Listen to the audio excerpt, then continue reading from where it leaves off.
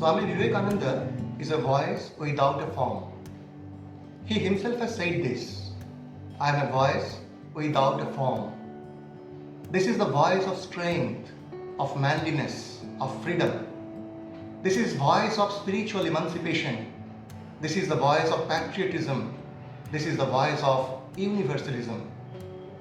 On this auspicious day of 11 September, Swamiji appeared on the world stage to proclaim the divine message from India. And truly speaking, this is the day that India awakened again. To use Swami Vivekananda's words, India will be raised not with the power of the flesh, but with the power of the spirit. Not with the flag of destruction, but with the flag of peace and love. We all look forward that Bharat will again become Vishwaguru. And it started all with 11 September 1893. परम्पराम् ओम नमो भगवते रामकृष्णाय नमः। अद्य विवेकानन्दस्य मते का शिक्षा तदेव किञ्चित् कथयामि। विवेकानन्दस्य मते तदेव शिक्षा यत् अस्मत् अन्तः यत् ज्ञानं पूर्वतः विद्यमानमस्ति तस्य बहिर्प्रकाशस्य उपायः एव शिक्षा। स च उपायः अनादिकालात् गुरुणा शिक्षकेन वा प्रचलति। अनादिकालात् अस्मात् अन्तः यद् ज्ञानस्य परम्परा गंगा इव प्रवर्तते तस्य बहिर्प्रकाशस्य उपायः एव शिक्षा। यथा सूर्यः अस्ति आकाशे, परन्तु किञ्चित् कालस्य कृते मेघः आगत्य तं सूर्यालोकम् आच्छादयति, किन्तु किञ्चित् कालात् अनन्तरमपि मेघः ततः गच्छति, सूर्यस्य पुनः आलोः प्रकाशते। अस्मत् अत्रापि समानम्। अस्मदन्तः यत् ज्ञानस्य प्रकाशः अस्ति तस्य यत् अन्धकारत्वम् अस्मदुपरि अस्ति, गुरुः शिक्षकः तत् निष्कासयति। तद् अन्तः अस्मदन्तः यत् ज्ञानमस्ति तद् बहिरागच्छेत्, तदेव शिक्षा इति। विवेकानन्दस्य मते तदेव शिक्षा यत् ज्ञानं यत् अन्तः अस्ति तत् अन्धकारेण आच्छादितं, तस्य अन्धकारस्य निष्कास्य यत् अस्मत् स्वरूपमस्ति तस्य अनुभवः एव शिक्षा। Vivekananda was a mischief boy since from his childhood, and his mischief incidents since from his childhood were interconnected with his best speeches in the adulthood. Since his childhood, he always believed that you should seek the truth yourself. There was once a story that when Swami Vivekananda climbed the trees of his neighbor, the neighbor alarmed him by saying that there lived a ghost. But Swami Vivekananda did it, though he was alarmed not to do it.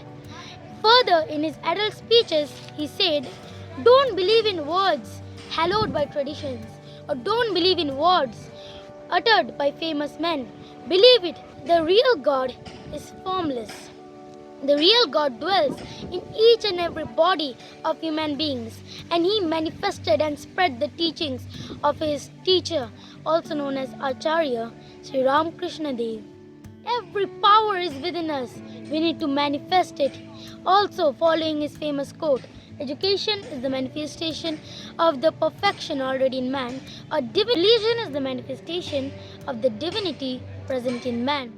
When I listen the name of Swami Vivekananda, so one thing always comes to my mind, that is lion, the brave Indian.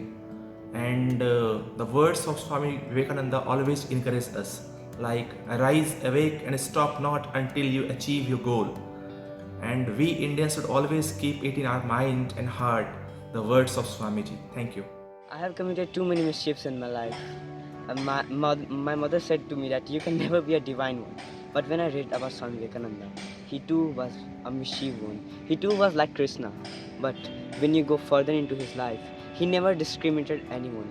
He accepted all the religions, all the castes. He accepted all the people because they too have all the things that he had, and he accepted them. And later on, when you move further into his life, you can see that he said, I'm from India, and it is hard for me also to accept the Islamic invasions and all the invasions. But he saw the beauty of them. He saw the Taj Mahal. He saw the development of northern India during the Islam period, and he accepted it all. He learned from it. When he moved further into the west, he learned that there was nothing wrong in others' religion. There was much more thing to learn from them and to accept it. He also accepted Jesus and many all other religions, and he learned from it. And so that's the inspiration I took from him, to learn everything, to accept all the things you can learn from anywhere and any place at any time. Just learn it, just accept it if you see there is something good in it. Om Namah Sri Yatirajaya Vivekananda Suraye Satchit Sukha Swarupaya Swaminita Bharave. Vivekananda's going forth to the West was a symbolic act that Hinduism, that India was alive and kicking. It was not dead. It did not lay prostrate under the feet of the British.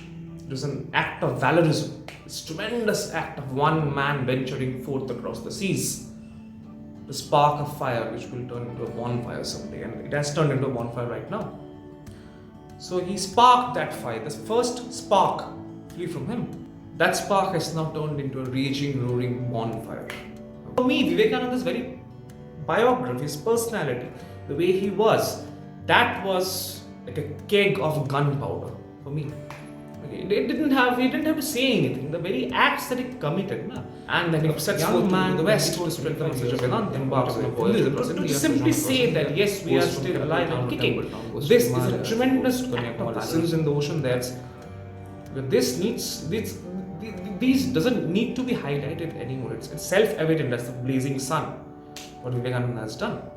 His victory was a very symbolic victory. It was not a conquest, I would say. It was a victory of great symbolic significance. Okay. He knew pretty well that his acts, his personality, what he had done, his saga, his legacy would inspire many after he is gone. In the coming of these Uttaradhikaris of Vivekananda, of these later ones who will arise after he is gone, lies his victory. So on this very auspicious occasion, let us simply pray to God that, O Lord, Asatoma Sadagamaya, Tamasoma Jyotirgamaya, Mrityorma Amritangamaya, Shanti